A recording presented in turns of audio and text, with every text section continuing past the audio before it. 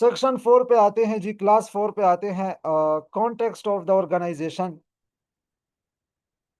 अच्छा, जो जो इसका रेशनल है, जो इस कॉन्टेक्स्ट का, वो ये है कि ये जो सिस्टम है, वो फोकसेस कर रहा है प्रोसेसेस पर और रिक्वायरमेंट्स पर। कौन से प्रोसेस और रिक्वायरमेंट्स? वो प्रोसेस और रिक्वायरमेंट्स जो ज़रूरी है उन ऑब्जेक्ट्स को अचीव करने के लिए, जो आपकी ऑक्यूपेशनल हेल्थ एंड सेफ्टी में बयान किए गए हैं। अच्छा, ये ऑब्जेक्टिव्स आप कैसे अचीव करेंगे जब आपको अंडरस्टैंडिंग होती है ऑर्गेनाइजेशन की और उसके कॉन्टेक्स्ट की, कि आपका ऑर्गेनाइजेशन कितना फैला हुआ है, कौन-कौन सी चीज़ें आपको नहीं पता लेकिन आपने उसको कवर करनी है, वो आप पर लीगल रिक्वायरमेंट है। इसी के साथ-साथ क्लास 4 क्या करता है, सेट आउट करता है स्कोप को। क्या करता है? सेट आउट करता है रिक्वायरमेंट्स को, ठीक है? स्कोप को सेट आउट करता है कि कौन-सी चीज़ें सिस्टम ने डिफाइन करनी है, ठीक है? और कितनी हाई लेवल ऑफ प्लानिंग चाहिए आपकी ऑर्गेनाइजेशन को उन ऑब्जेक्ट्स को अचीव करने के लिए। तो ये सारी चीज़ें आपको क्लास 4 में बयान की गई है। तो क्लास 4 के फर्दर हमारे पास 4 सब क्लासेस है।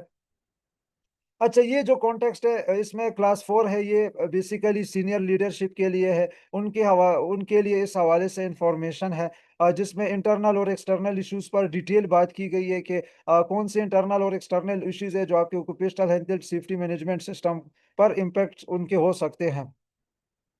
मज़ीद जानते हैं सब क्लासेस को, जिसमें हमारे पास सब क्लास 4.1 है, जो क्लेरिफिकेशन करता है स्ट्रेटेजिक एम्स की, जो आपकी ऑर्गेनाइजेशन के हैं।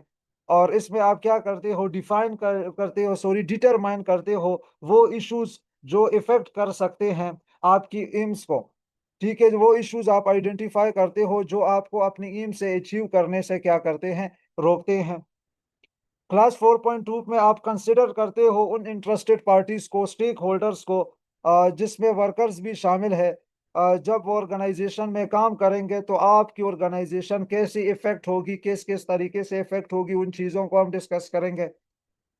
क्लास 4.3 हमारे पास क्या है, वो स्कोप को डिफाइन करता है आपके जो occupational health and safety management system का जो स्कोप है, जिसको 4.1 और 4.2 में आगे डिटेल में डिस्कस किया जाएगा।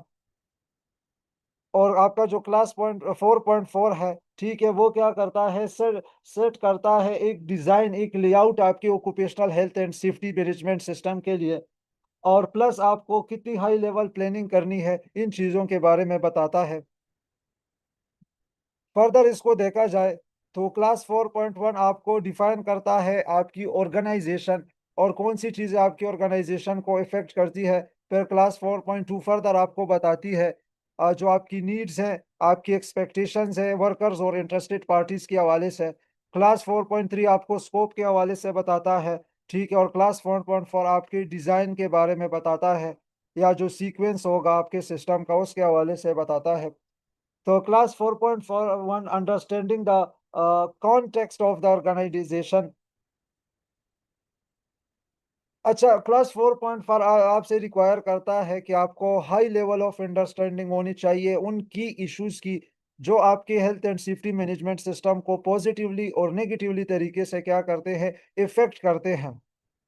अच्छा, हम आपको इन्फॉर्मेशन अभी मज़ीद देंगे जो आपकी मदद करेगी कि भाई आप कैसे इंटरनल और एक्सटर्नल इश्यूज़ को आपने अंडरस्टैंड करना है। तो सबसे पहले आ जाते हैं इंटरनल और एक्सटर्नल इश्यूज़ क्या होते हैं। इंटरनल और एक्सटर्नल इश्यूज़ आपके पास वो सर्कमस्टांसेस, वो कैरेक्टरिस्टिक्स, ख़ुसूसियात हो गई आपके पास, या वो चेंजेज़ आपके इदारे में जो आपके occupational health and safety management system को पॉजिटिवली या नेगेटिवली तरीके से उस पर असरअंदाज होते हैं, उसको इन्फ्लुएंस करते हैं। एनेक्स ए है हमारे पास, ठीक है, स्टैंडर्ड का, उसको आगे डिस्कस करेंगे, जो बनाया गया है और आपको इंटरनल और एक्सटर्नल इश्यूज़ के बारे में आपको एग्जांपल्स देता है। तो एक्सटर्नल इश्यूज़ की कुछ एग्जांपल्स है आपका cultural, social, political, legal, financial, आपके पास टेक्नोलॉजिकल, इकोनॉमिकल और नेचुरल सराउंडिंग्स है जो आपके पास।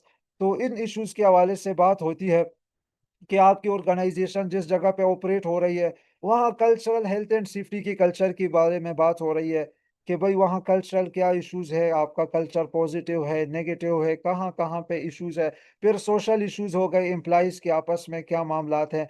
पॉलिटिकल इश्यूज तो आपकी जगह पे, एक्सटर्नल इश्यूज की बात हो रही है। मतलब अभी पाकिस्तान में तो इमरान खान और नवाज शरीफ का जो पॉलिटिकल मसला है वो घर घर भाई बहन तक पहुंच गया है, मियां बीवियों की लड़ाई हो रही है एक्सटर्नल इशू आपकी घर तक पहुंच गया है। ठीक है, फिर इसी तरह लीगल रिक्वायरमेंट्स हो गई, फिर मुल्क की फाइनेंशियल हालात हो गए। ठीक है, टेक्नोलॉजी को भी आपने देखना होता है, तो ये इश्यूज आपने सारे एड्रेस करने होते हैं। फिर इसी के साथ साथ आपने देखना होता है कि कंपटीटर्स कौन है इदारे के, कंट्रैक्टर्स कौन है, सब कंट्रैक्टर्स उनके कौन है, पार्टनर्स हैं तो कौन है, सर्विस प्रोवाइडर्स उनके कौन है। ठीक है, उनसे रिलेटेड इदारे को क्या क्या इश्यूज दरपेश है उन पे आपने देखना होता है। ठीक है, फिर नेशनल और इंटरनेशनल जो लॉज है हेल्थ एंड सेफ्टी के हवाले से, आईएलओ के हो गए आपके पास, तो उनको देखना होता है।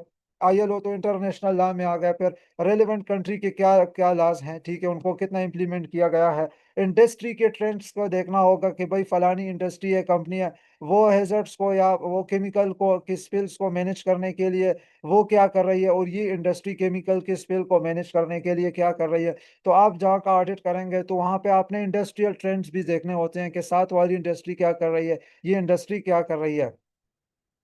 इसी के साथ साथ आपने ऑर्गेनाइजेशनल प्रोडक्ट्स एंड सर्विसेज को देखना होता है कि जिनका असर आपकी हेल्थ एंड सेफ्टी पर होता है।